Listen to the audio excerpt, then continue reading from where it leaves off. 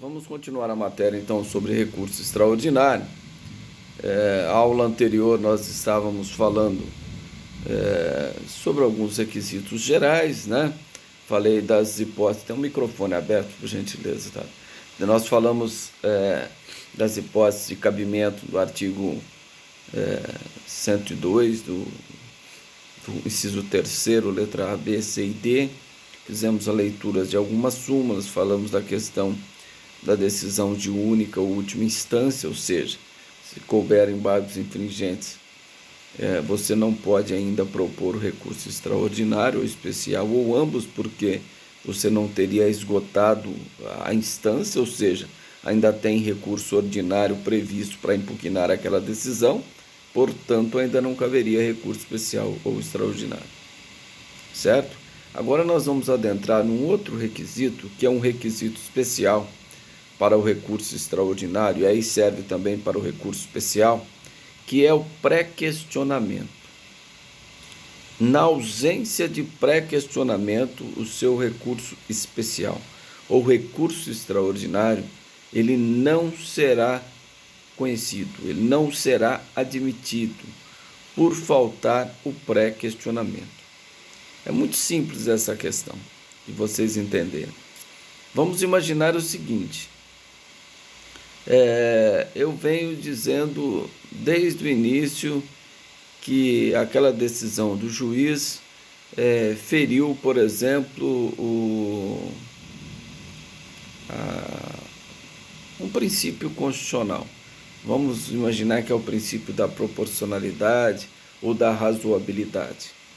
Eu falo isso para o juiz dá uma sentença e não reconhece, condena o réu. Eu recorro.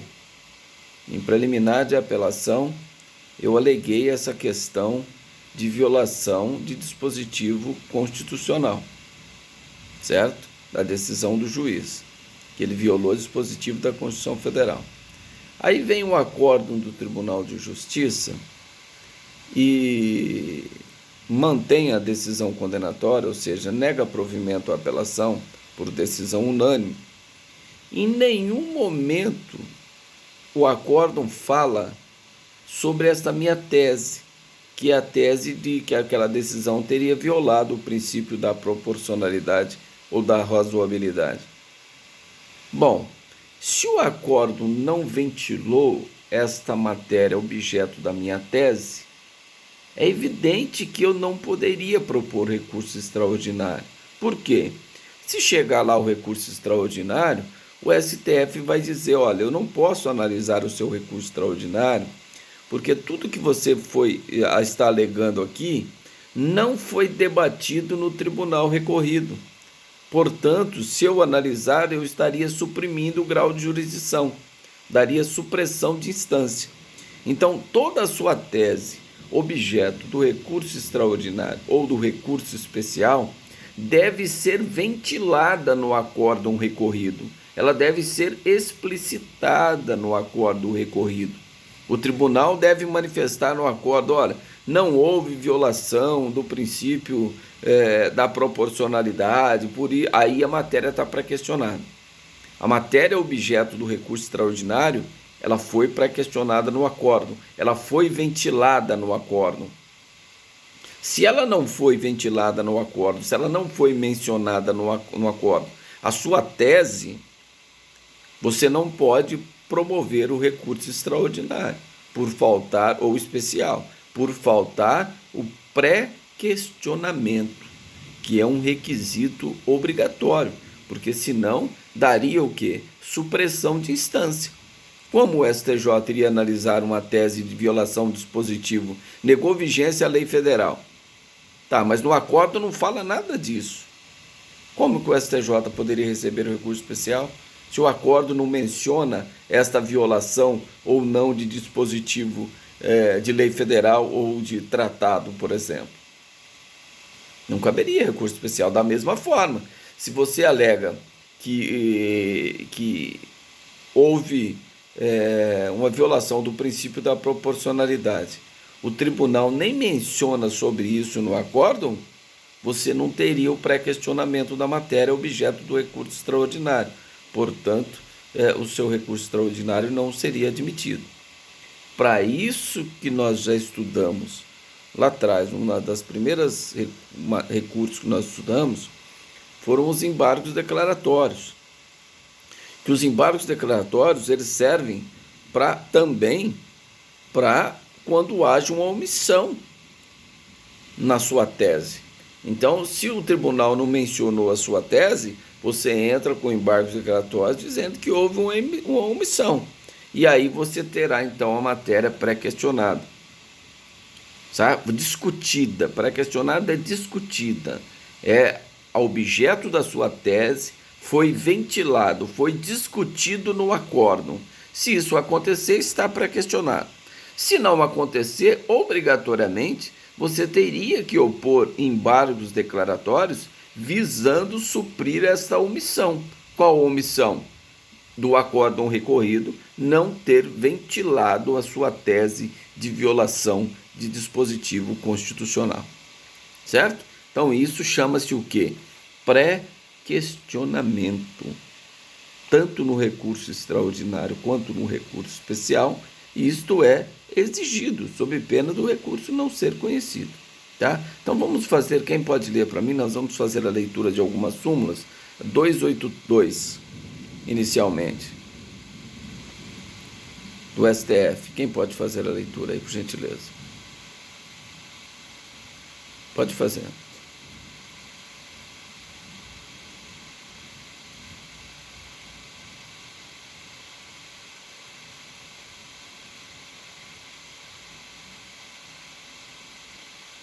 Certo? Então é exatamente isso que eu expliquei para vocês. É necessário que haja essa manifestação no acórdão recorrido sobre a sua tese. Se não houver, obrigatoriamente você tem que interpor embargos declaratórios. Se você não interpor embargos declaratórios, interpor recurso extraordinário, ele não será admitido porque faltou o pré-questionamento. E aí o STF não poderia analisar o seu recurso, porque senão ele estaria suprimindo um grau de jurisdição. Como que eu vou decidir essa questão se o tribunal recorrido não manifestou sobre ela? Uma questão bem lógica, não é? Por isso que exige o pré-questionamento. Súmula 284, por gentileza.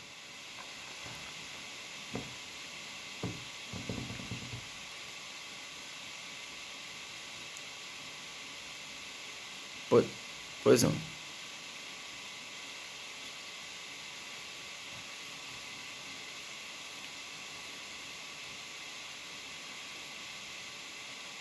Tá? Esse é os requisitos do recurso extraordinário. Lembra que eu falei para vocês? No recurso extraordinário é necessário que se faça uma interpretação analítica, que você exponha realmente as razões fáticas, as razões de direito, né? Que embasam a sua tese. Tá? E em preliminar do recurso você vai discutir a repercussão geral. É o próximo tópico que nós vamos a seguir. Mas antes disso, vamos fazer mais uma súmula, que é a súmula 356 do STF. Salvo engano.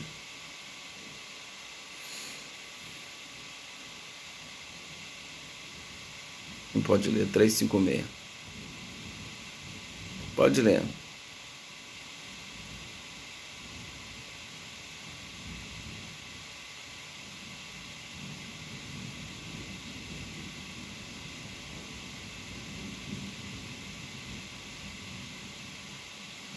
Certo? Exatamente isso que eu expliquei para vocês. Então, se a matéria não foi ventilada no acordo, você não entrou com embargos declaratórios para sanar essa omissão e entra com um recurso extraordinário, o presidente do tribunal recorrido vai falar só para você, ó, não admito o recurso extraordinário com fundamento na súmula 356 do STF. O ponto omisso, o qual não foi oposto embargos declaratórios, não pode ser recebido o seu recurso extraordinário. Tá? Então esse é o teor da súmula 356 que eu já havia adiantado para vocês e exemplifiquei bem essa questão. Certo? Isso chama-se o quê? Pré-questionamento. Pré-questionamento. Alguém não entendeu o que é pré-questionamento? Sei que vocês já estudaram isso no processo civil, com toda certeza. já ouviram falar sobre o pré-questionamento, né? Alguém não entendeu esse exemplo, essa questão que eu coloquei? Isso é muito importante, né, na hora de você trabalhar tanto no recurso especial quanto no recurso extraordinário, tá? Ah, achou que não foi pré-questionada a matéria? Entra com embargos declaratórios dizendo que houve uma omissão onde o acórdão não ventilou a sua tese de violação de dispositivo constitucional ou pré-recurso especial de violação de negativa de vigência de lei federal ou tratado, certo? Tudo isso deve ser ventilado, deve ser manifestado no acórdão. Se há omissão, embargos declaratórios para sanar essa omissão. Aí depois, sim, recurso especial extraordinário ou ambos. Tudo bem? Então, além deste filtro que é o pré-questionamento, além de todos aqueles requisitos que nós já estudamos, requisitos objetivos, cabimento, adequação, regularidade, tempestividade, ausência de fatos impeditivos e extintivos do recurso, legitimidade e interesse, ainda é necessário que haja o pré-questionamento, que é um requisito especial, tanto para o recurso especial quanto para o recurso extraordinário. Agora, em se tratando de recurso extraordinário, aí sim foi criada a repercussão geral. A repercussão geral. Então, para que haja o STF receba um recurso extraordinário, é necessário que haja repercussão geral. E isso você tem que alegar em preliminar do seu recurso. Muitas questões já foram reconhecidas repercussão geral pelo Supremo Tribunal Federal. Se você for entrar no site do Supremo, você vai ver várias questões e temas onde o Supremo Tribunal Federal já conheceu a repercussão geral sobre aquele tema. Mas por que isso é importante? Lembra que eu falei para vocês na última aula? Não basta que essa decisão do Supremo Tribunal Federal resolva só a minha questão e do Ministério Público ali que está em jogo. É necessário que haja uma consequência e interesse para toda a sociedade. Porque quando você entra com ação direta de inconstitucionalidade, as pessoas legitimadas a proporem as ações diretas de constitucionalidade ou declaratória de inconstitucionalidade, ou até mesmo mandado de injunção, são ações diretas em controle concentrado. Quando o Supremo decide, vale para todo mundo. Então, no recurso extraordinário, antes não tinha repercussão geral. Aquela decisão do Supremo só valia para aquelas duas partes que entraram e chegaram até o Supremo Tribunal Federal. Hoje não. Hoje ela não tem efeito erga omnes, mas ela atinge grande parte da sociedade. Deve atingir grande parte da sociedade quando o Supremo Tribunal Federal analisar um recurso extraordinário, porque para ele analisar é necessário que esteja presente a repercussão geral, ou seja, que haja um reflexo no campo social, político, jurídico ou econômico, certo? Então, por exemplo, se eu estou discutindo uma inconstitucionalidade de uma alíquota de imposto de renda, aí falando de direito tributário, e chego com um recurso extraordinário, será que, se o Supremo entender que esta alíquota é inconstitucional, ela vai resolver só o meu problema ou vai resolver de um número indeterminado de pessoas da sociedade que estariam naquela mesma situação? Então, certamente, esse tema de alíquota de imposto de renda, ele teria repercussão geral. Ou, eu lembro o exemplo que eu dei aula passada, no caso de progressão. Ah, mas veio uma lei aqui agora e falou que não tem progressão, ou a progressão é de tanto, então isso fere o princípio da dignidade da pessoa humana. Chegou com recurso extraordinário lá. Seja em qualquer recurso, até mesmo em habeas corpus. Tanto que, quando reconheceu a inconstitucionalidade da vedação à progressão de regime de crime hediondo, que a lei admitia, foi num habeas corpus em recurso extraordinário, que o Supremo Tribunal reconheceu a inconstitucionalidade do dispositivo da lei dos crimes hediondos, que vedava a progressão nos crimes hediondos. Era regime integralmente fechado. Chegou-se ao Supremo Tribunal Federal através de um recurso extraordinário. Por quê? Será que tinha repercussão geral? Esse tema tem repercussão geral? É lógico que tem.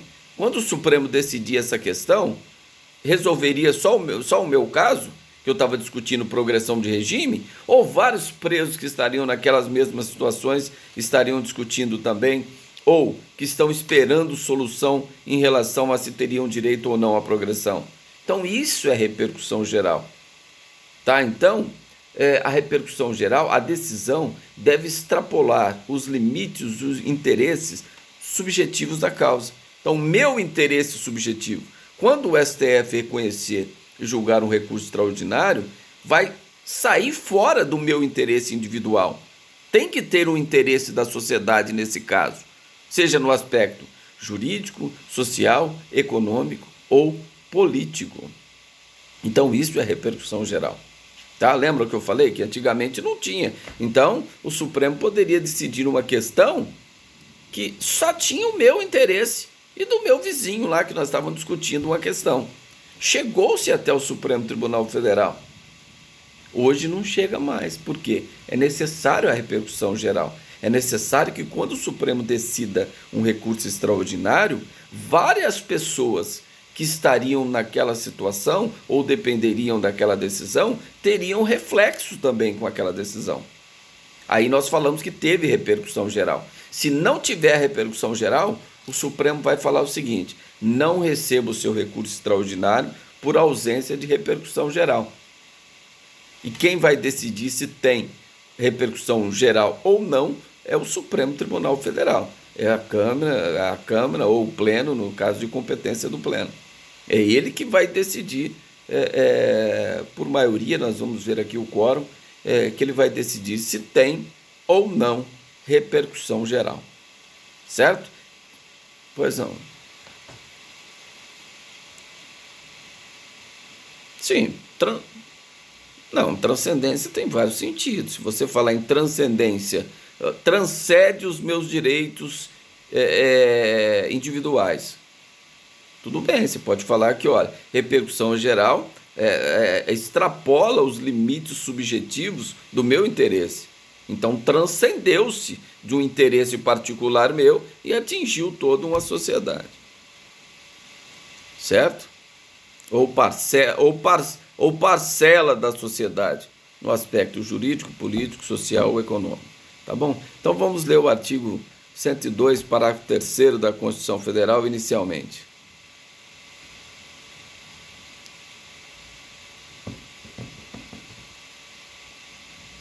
Por nada, quem pode ler o artigo 102, parágrafo 3º? Pode ler, por favor.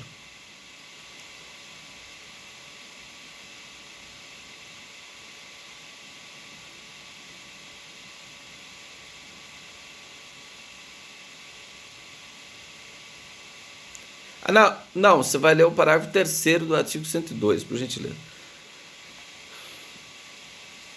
Parágrafo 3º.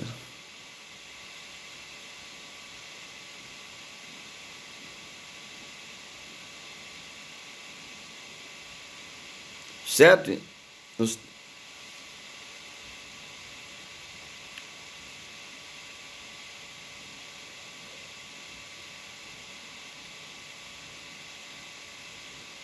Certo? Então, verifica o que fala que a lei que vai regulamentar. Então, mais detalhes sobre repercussão geral, a lei que irá regulamentar.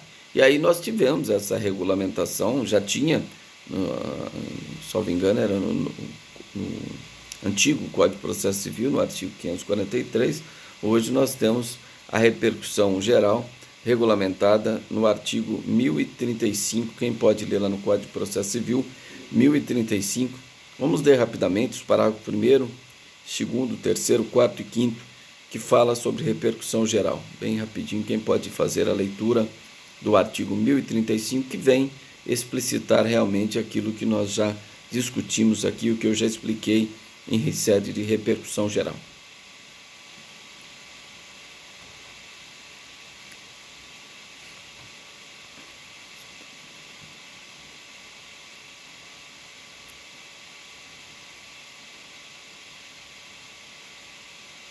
Tá, parágrafo primeiro. Vamos ler os parágrafos primeiro, segundo, terceiro, quarto, quinto.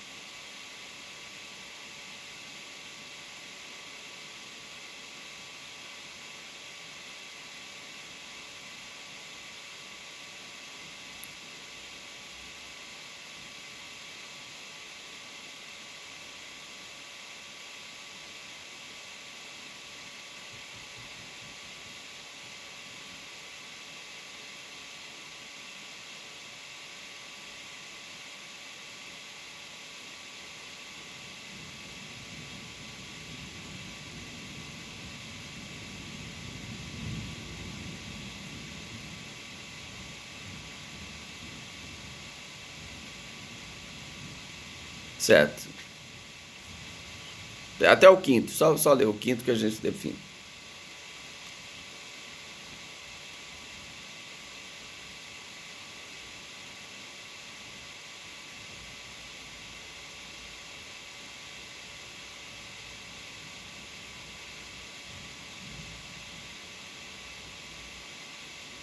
Certo? Então, olha, esse artigo, lembra que nós fizemos a leitura do artigo 102, parágrafo 3º, ele diz que a lei regulamentaria a repercussão geral.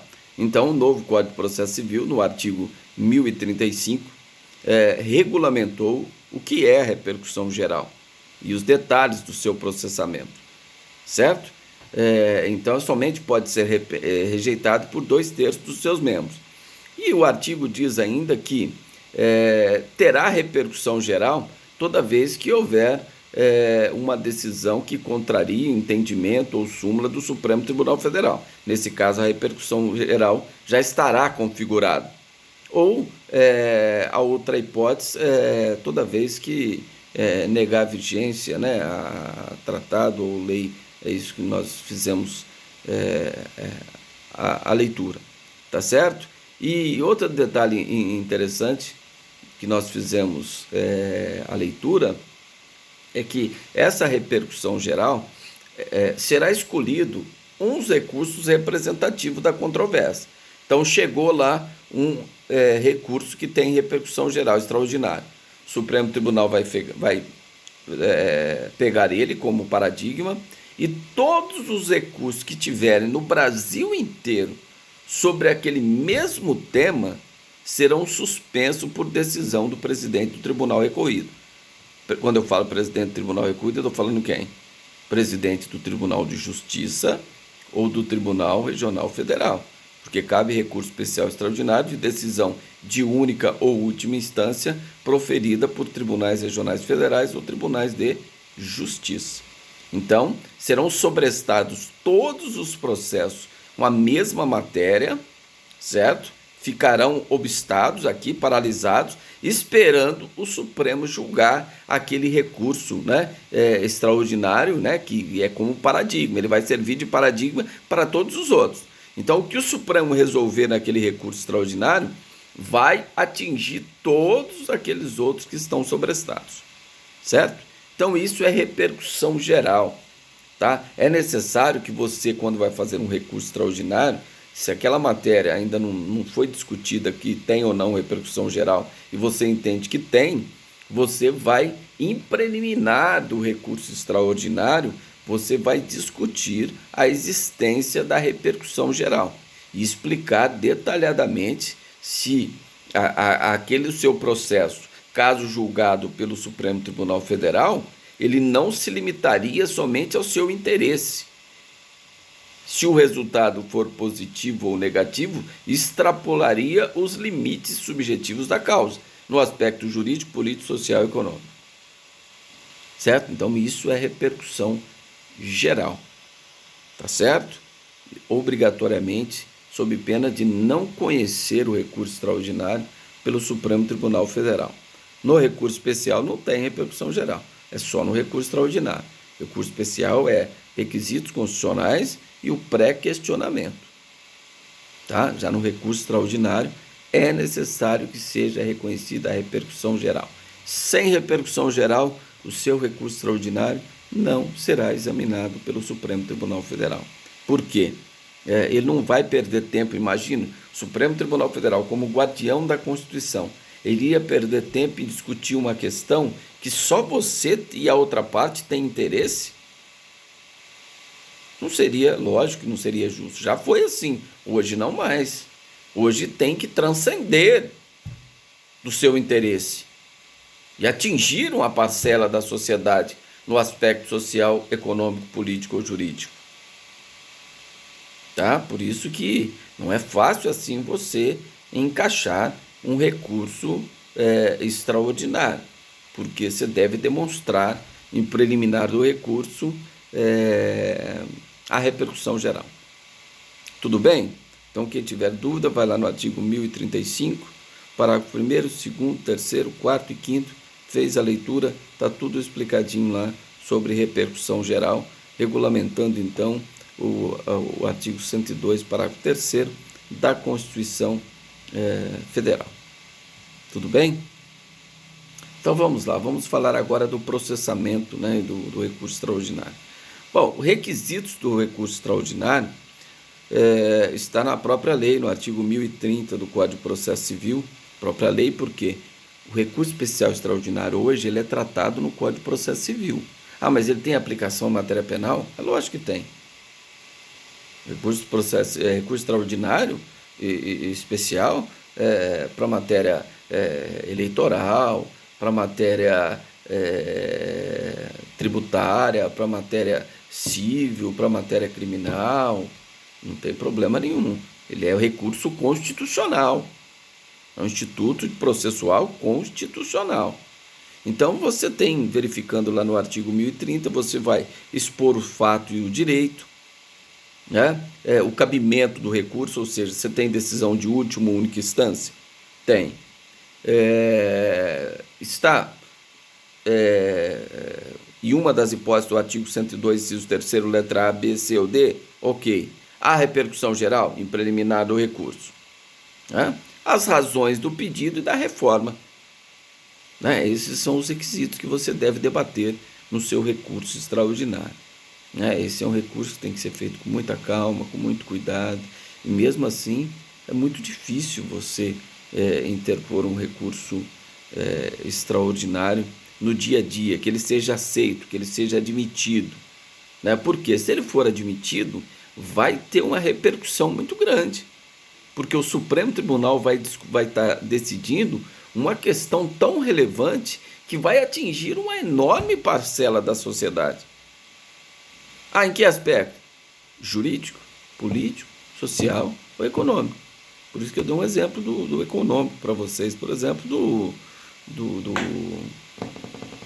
imposto de renda. Se for, por exemplo, um direito à saúde, vamos decidir se o Estado, se a União é obrigado ou não a custear ou fazer um tratamento determinado. Assim, chegou até isso no recurso extraordinário. Se o Supremo decidir, é lógico que vai ter um amplo aspecto em parcela da sociedade, ou seja, no aspecto social. Então, nesse caso, teria repercussão geral. Tudo bem? Tranquilo? Então, vamos lá. Então, o que eu estou dizendo aí nos requisitos do recurso extraordinário, assim, em termos de petição inicial, artigo 319, 320 do novo Código de Processo Civil, requisitos de toda a petição inicial, e aqui uma exposição do fato de direito, o cabimento, repercussão geral, as razões do recurso e o pedido de reforma, tudo isso deve conter no seu recurso extraordinário. Tá? Outra questão interessante é o prazo. Então o recurso extraordinário está previsto no Código de Processo Civil. Sim, antes ele era previsto no artigo 26 seguinte da Lei 8.038/90, que foi revogada, essa parte que trata do recurso especial extraordinário. Foi revogada porque ela veio o quê? No novo Código de Processo Civil, ele trouxe tudo sobre recurso especial extraordinário. Então está tudo no novo Código de Processo Civil e na Constituição. Certo? Para você interpor um recurso extraordinário em matéria criminal. Isso está no Código de Processo Civil, está na Constituição Federal. Esses são os fundamentos, certo? Bom, quanto ao prazo, o prazo do recurso extraordinário ele é de 15 dias, tá?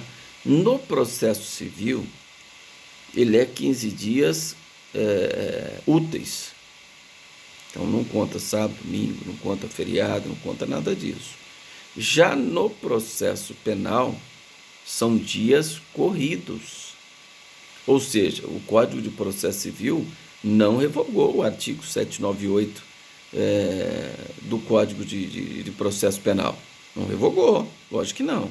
Então, o prazo no processo civil são dias corridos. Teve um entendimento de dois desembargadores, ministro do STF, que no começo entendeu, não, deve ser de 15 útil também e tal, mas não prevalece. Prevalece que o artigo 798 do Código de Processo Penal, que fala em dias corridos, não foi revogado. Então, em matéria criminal, tanto o recurso especial quanto o recurso extraordinário, o prazo é de 15 dias corridos. Exclui-se o dia inicial no cômputo do prazo, né? E contando sábado, domingo, feriado, conta tudo isso como prazo, dias corridos, tá bom? Quem pode ler a súmula 727 do STF?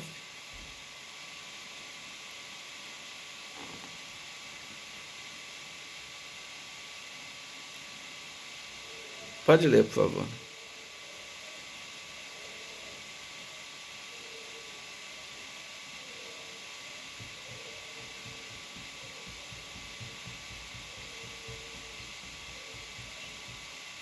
Certo. Pois não.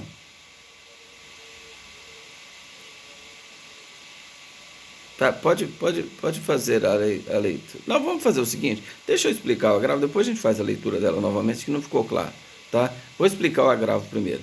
Então, da decisão que não admite o recurso especial ou extraordinário, aí já estou falando dos dois, você interpõe o recurso, tem o microfone ligado realmente, você interpõe o recurso especial ou extraordinário perante o tribunal recorrido, não é isso? Pessoal, só verifica aí quem está com o microfone ligado aí para gente. Você interpõe o recurso especial ou recurso extraordinário perante o tribunal recorrido, certo? Tribunal recorrido. Quem que é o tribunal recorrido? Presidente do Tribunal de Justiça ou presidente do Tribunal Regional. Ué. Vamos lá. Bom. Mas colocaram sozinho aí meu microfone. Então, você interpõe o recurso extraordinário ou recurso especial perante o presidente do Tribunal Recorrido. Quem que é o Tribunal Recorrido? Tribunal de Justiça ou Tribunal Regional Federal. É lá que você interpõe o recurso especial ou extraordinário ou ambos. Se for ambos, em petição distinta. Uma de recurso especial, uma de recurso extraordinário. No mesmo prazo, 15 dias corridos. Certo? Então, o presidente do tribunal recorrido, ele vai dar um despacho dizendo: admito o recurso extraordinário ou não admito o recurso extraordinário. É isso que ele vai dizer, com fundamento. Ele vai fundar com fundamento na súmula 283, com fundamento na súmula 355, fundamento na súmula 279, não admito o recurso extraordinário. Então, ele não vai admitir. Ou pode admitir. Se ele admitir, após as contrarrazões, né, sempre após as contrarrazões, ele vai dizer se admite ou não. Se ele admitir, manda para o STF. Pronto. Resolveu o problema. Agora, se ele não admitir, aí cabe agravo nos próprios autos. Antigamente era agravo de instrumento, nessa hipótese. Hoje não mais. Hoje é agravo nos próprios autos. Você pode interpor ele diretamente sem juntar nenhum documento. Você interpõe o agravo, o tribunal vai analisar o seu agravo, tá? O tribunal recorrido, mas conforme a súmula 727, ele não pode negar, quando você agrava, a enviar para o Supremo Tribunal Federal. Aí ele vai chegar lá, recurso extraordinário com agravo. Certo? Porque o presidente do Tribunal de Justiça ou o presidente do Tribunal Regional Federal não admitiu o seu recurso extraordinário. Você entrou com agravo. Esse agravo seu pode estar sem fundamento, ele pode ser intempestivo, não interessa o motivo. O presidente do tribunal recorrido é obrigado a mandar o agravo junto com o recurso extraordinário para o STF. E aí o STF vai analisar se conhece ou não o recurso extraordinário. Certo? Ele vai dizer se conhece ou não o recurso extraordinário. Certo? Então, desta decisão que não admitiu, você interpôs o agravo, o presidente do tribunal recorrido, que é o presidente do Tribunal de Justiça ou do Tribunal Regional Federal, estará obrigado a remeter o agravo para o Supremo Tribunal Federal. E aí ele remete o agravo junto com cópia do processo todo que está no tribunal. Se for físico, ele vai ser digitalizado e vai ser remetido o agravo junto com o recurso extraordinário e todas as peças do processo, que aí ele vai ser todo digitalizado. Se for digital, ele já remete tudo para o STF. Certo? Tudo bem? E esse agravo, qual que é o prazo? Aí que está a questão. O agravo está previsto no artigo 1042 do novo Código de Processo Civil. Então, o agravo de decisão denegatória de recurso especial extraordinário está previsto no artigo 1042 do novo Código de Processo Civil. Bom, mas o Código de Processo Civil fala que o prazo do agravo é 15 dias. Por quê? Salvo embargos declaratórios, que são 5 dias, no processo civil, todos os demais recursos do processo civil foram igualados, ou seja, o prazo é de 15 dias. Para você recorrer apelação, agravo de instrumento, agravo de decisão denegatória de recurso especial extraordinário, 15 dias, artigo 1042. Só que no processo penal, por incrível que pareça, você tem um prazo de 5 dias para interpor esse agravo. Olha que mistura que virou. Mas não é lá do processo civil? Lá não fala que é 15? Só que para o processo penal, o prazo é de 5 dias. Quem lê a súmula 699 do STF, que está em vigência, essa súmula não foi revogada, então tem que ser aplicada. O que diz a súmula 699? Pode ler.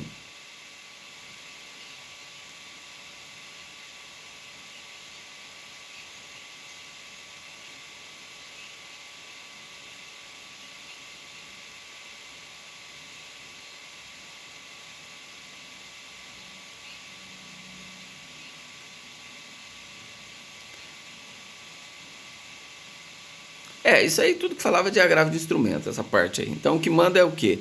Agravo no processo penal, o prazo é de 5 dias. Então, se não admitiu o seu recurso extraordinário, você interpõe agravo com fundamento no artigo 1042 do Código de Processo Civil, que é agravo de decisão denegatória de recurso especial, recurso extraordinário. Qual que é o prazo? Não é 15 dias? Não, 5 dias. Por quê? Porque tem a súmula 699 do STF, que fala que agravo no processo penal são 5 dias. Ponto final. 5 dias corrido, é prazo do processo penal. 5 dias corridos. Certo? Então não se aplica aquele prazo do agravo que tem. Aí se foi processo civil, aí eu tenho 15 dias úteis para entrar com agravo de decisão denegatória de recurso extraordinário ou especial. Aí se for no processo penal, eu tenho 5 dias para entrar com agravo de decisão denegatória de recurso especial extraordinário.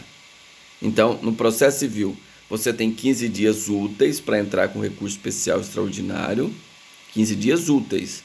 Não admitiu, você tem 15 dias para entrar com agravo de decisão denegatória de recurso especial extraordinário, dias úteis.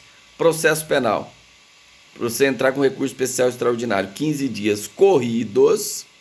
Não admitiu agravo de decisão denegatória de recurso especial extraordinário no prazo de 5 dias corridos nos termos da súmula 699 do STF, certo? Então vamos fazer a leitura agora novamente da súmula 727, que fala que o presidente do Tribunal Recorrido não poderá deixar de remeter o agravo para o tribunal. Vamos lá.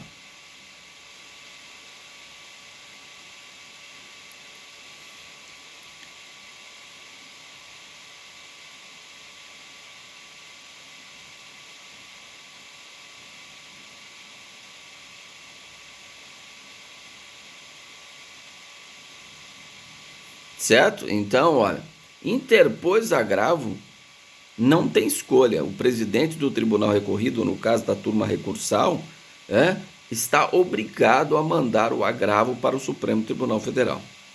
E se for para um recurso especial que não foi admitido, agravo deve ser enviado para o Superior Tribunal de Justiça.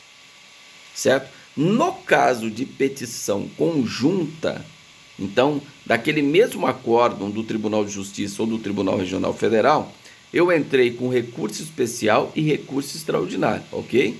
Entrei com os dois recursos. Pode? Lógico que pode. Se o acórdão negou vigência a uma lei federal e também violou o dispositivo da Constituição Federal, nós temos a possibilidade de interpor um recurso especial juntamente com recurso extraordinário. Interpôs. O presidente do tribunal não admitiu nem o extraordinário nem o especial. Em petição distinta você interpôs, é lógico, petição distintas. E aí você entrou com agravo, distintos também, 2 agravos. Um de decisão denegatória de recurso especial, um de denegatória de recurso extraordinário. Nesse caso, quando é petição conjunta, aí nos termos do artigo 1031 do novo Código de Processo Civil, será enviado tudo para o STJ. Tanto o agravo em recurso extraordinário quanto o agravo em recurso especial. Primeiro o STJ vai julgar a questão do recurso especial, o agravo, e depois ele remete para o STF o agravo em recurso extraordinário, quando interposto em petição conjunta. Certo? Se o STJ entender que aquele agravo em recurso extraordinário é prejudicial para o julgamento do agravo em recurso especial, ele envia para o STF. Chegando lá no STF, se o relator entender que não é prejudicialidade nenhuma, ele devolve para o STJ e o STJ é obrigado a julgar o agravo em recurso especial. E depois ele remete o agravo em recurso extraordinário para o STF. Isso aí está tudo no Código de Processo Civil, artigo 1031 do novo Código de Processo Civil. Quando interposto concomitantemente recurso especial e extraordinário. Em petição distintas. Mas se for interposto conjuntamente, primeiro vai para o STJ para julgar o agravo em recurso especial, para depois ir para o STF para julgar o agravo em recurso extraordinário. Agora, se você interpôs só o recurso especial ou só o recurso extraordinário, não foi admitido, você agravou. Então o agravo será enviado para o STF, se for só recurso extraordinário. Ou se for só recurso especial, o agravo em recurso especial será enviado para onde? Para o STJ. Certo? Então esse é o procedimento dos recursos da decisão que não admite recurso especial extraordinário. Chegando lá no STF, o agravo em recurso extraordinário, ou recurso extraordinário com agravo. Certo? Se for decisão monocrática do relator que não vai admitir o recurso extraordinário, ou seja, vai negar provimento ao seu agravo, se for decisão monocrática, cabe agravo regimental. Certo? Então, se for decisão do relator, lá do STF, que não admitiu o seu agravo, você pode entrar com agravo regimental, que aí o agravo regimental vai fazer com que toda a turma do STF, primeira ou segunda turma, analise aquele agravo seu em recurso extraordinário. Certo? Então, chegando no STF, decisão monocrática do relator, indeferiu, não conheceu o agravo. Você pode fazer o quê? Agravo regimental. Aí ele é obrigado a julgar, colocar em julgamento em toda a turma. Se é competência do pleno, entra com agravo regimental e ele vai ser colocado no pleno para julgar o agravo regimental. Certo? Então esse é o processamento em relação a recursos de decisões que denegaram o agravo, denegaram o recurso extraordinário. Decisão proferida pelo tribunal recorrido, porque você interpõe o recurso especial extraordinário perante o tribunal recorrido. Você não interpõe lá no STF, você interpõe aqui, no Tribunal de Justiça, no acórdão lá do recurso de apelação, ou no acórdão lá dos embargos infringentes. É aqui que você interpõe, no tribunal de origem. Qual que é o tribunal de origem? Tribunal de Justiça ou Tribunal Regional Federal. São os dois tribunais de origem. Onde você vai ter um acórdão de última instância que feriu a Constituição ou que feriu o dispositivo de natureza infraconstitucional. Certo? Então vamos ler algumas súmulas 258 do STF, 639 do STF também e 287. 258, 287 e 639.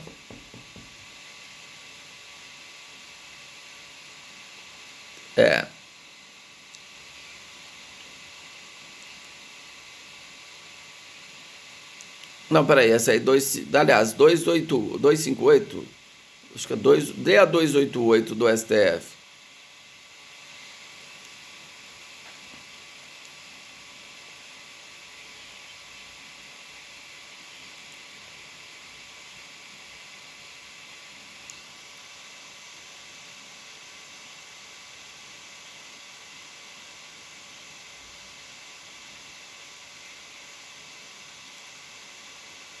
Então, é a súmula 288, eu falei 258, equivocado, 288.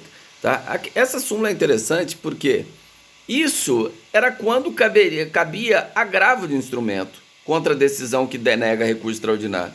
Hoje não é mais agravo de instrumento, é agravo nos próprios autos. Então você não corre o risco de acontecer isso, porque será digitalizado se o processo for físico e manda tudo para o STF. Se o processo for digital, vai o processo inteiro para o STF junto com o seu agravo em recurso extraordinário. Então você não precisa ficar preocupando em juntar peça no seu agravo para não faltar. Não, quem vai fazer isso é o presidente do tribunal recorrido. Ele manda o processo inteiro para o STF. Não precisa você indicar as peças, porque o próprio nome já diz, agravo nos próprios autos. Então são os próprios autos que vão chegar até o Supremo Tribunal Federal no seu agravo em decisão denegatória de recurso extraordinário. A mesma coisa se fosse recurso especial. Certo? Então vamos lá, lê a 287, por gentileza.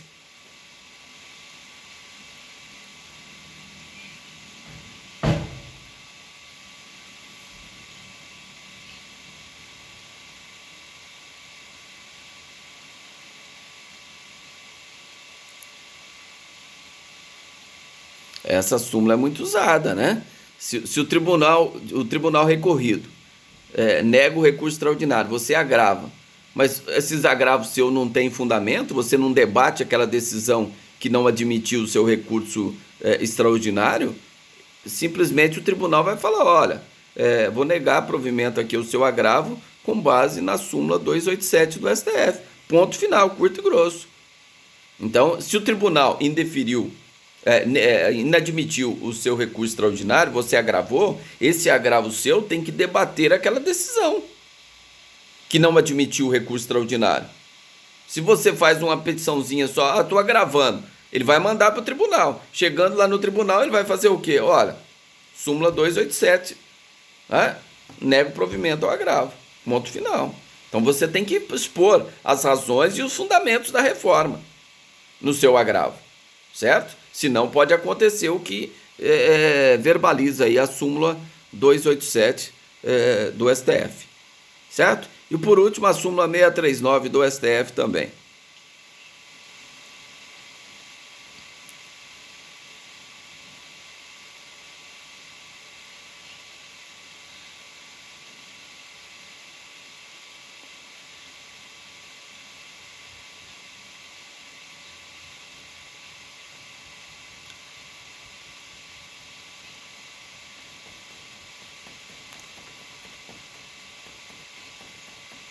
Então, essa também perdeu um pouco o sentido junto com a 288, né? Tanto a 639 como a 288, ela perdeu o sentido. Por quê? Antes, gente, era agravo de instrumento. Eu tinha que interpor o agravo de instrumento lá no STF. Então, eu tinha que instruir. Eu tinha que mandar a decisão recorrida, certidão da intimação da decorrida para o STF verificar se o meu agravo de instrumento era tempestivo ou não. Hoje não tem mais o agravo de instrumento dessa decisão que não admite recurso especial extraordinário, porque tem o agravo nos próprios autos, artigo 1042 do novo Código de Processo Civil. Então não forma mais instrumento, vai o processo inteiro. Seja no recurso extraordinário, seja no recurso especial, sobe o processo inteiro. Então eu não preciso me preocupar com cópias. Eu faço um agravo aqui, lá com 5, 6 laudas, fundamentando direitinho, protocolo aqui eletronicamente, eu não preciso juntar documento nenhum, porque é agravo nos próprios autos, o próprio nome já diz. Chegando lá no tribunal esse agravo, o presidente do tribunal é obrigado a remeter o processo inteiro, o agravo com o processo inteiro para o STF. No caso de recurso extraordinário. Se for recurso especial, ele vai remeter o processo inteiro para o STJ, junto com o agravo do recurso especial.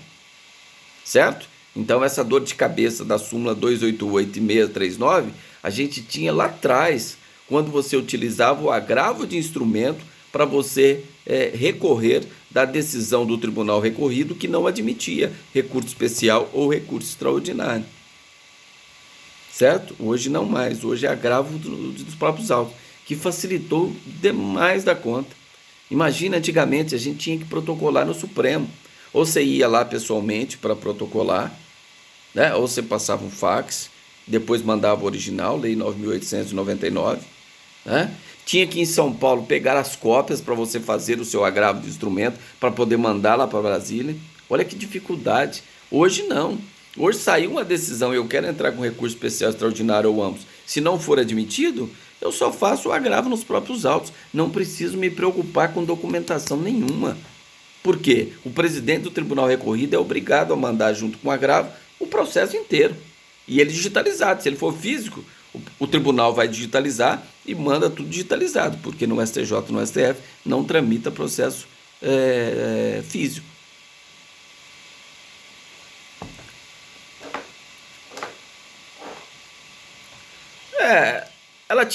Ela tinha relevância quando era agravo no instrumento. Hoje não é agravo no instrumento, mas é agravo nos próprios autos. Então você não precisa se preocupar em juntar documento, porque o nome já diz, o agravo vai nos próprios autos. Significa que os próprios autos serão remetidos junto com o seu agravo para o Supremo Tribunal Federal ou para o STJ em se tratando de recurso especial. Tudo bem? Por nada. Pessoal, alguma pergunta aí nessa passagem que nós fizemos aí no recurso extraordinário? Com isso, nós terminamos a matéria de recurso extraordinário. Próxima aula, eu vou falar só as hipóteses de cabimento e recurso especial. Não vou terminar hoje, que eu estou com um pouco de dor de cabeça, eu vou deixar para a próxima aula. Tá? E nós já marcamos a prova aí para a primeira semana de dezembro, já foi colocado pela Isabela aí no grupo da sala. Tudo bem? Pois.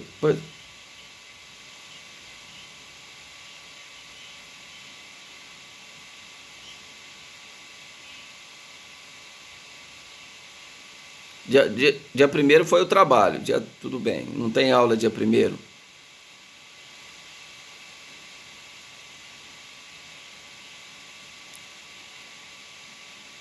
Por que não tem aula dia 1?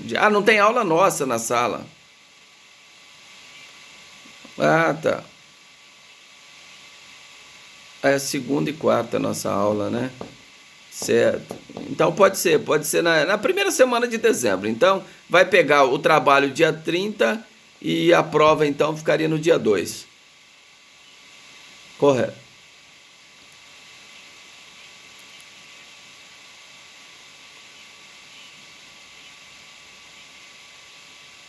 Então tá, então fica dia 30 e dia 2 então, né? Tá, dia 30 é a prova de prática, aliás, dia 30 é a prova de teoria, e na quinta-feira, que seria dia 3, dia 2, né? A prova de prática, certo? Eu vou reagendar aqui também. Então, ela está explicando agora que dia 3 não tem aula, por isso que nós estamos falando dia 2. Tá bom? Bom, alguém tem mais alguma pergunta, alguma dúvida? Pois não. Mais alguém tem alguma pergunta, alguma dúvida? Então tá bom, pessoal. Agradeço aí a presença de todos e até amanhã, se Deus quiser, a gente conversa. Se vocês só têm um mandato de segurança para fazer, né, até o final do mês, nós encerramos a matéria aqui, exceto o recurso especial, que eu vou falar 15 minutinhos sobre a hipótese de cabimento de recurso especial. Só isso, porque o resto eu já falei tudo, o processamento é o mesmo do recurso extraordinário. Fundamentação que é diferente, que é o artigo 105, inciso 3º da Constituição Federal, letra A, B e C. A, B e C. Tá bom? Muito obrigado a todos. Tenham todos um bom dia. Até a próxima aula. Amém. Fica com Deus. Obrigado.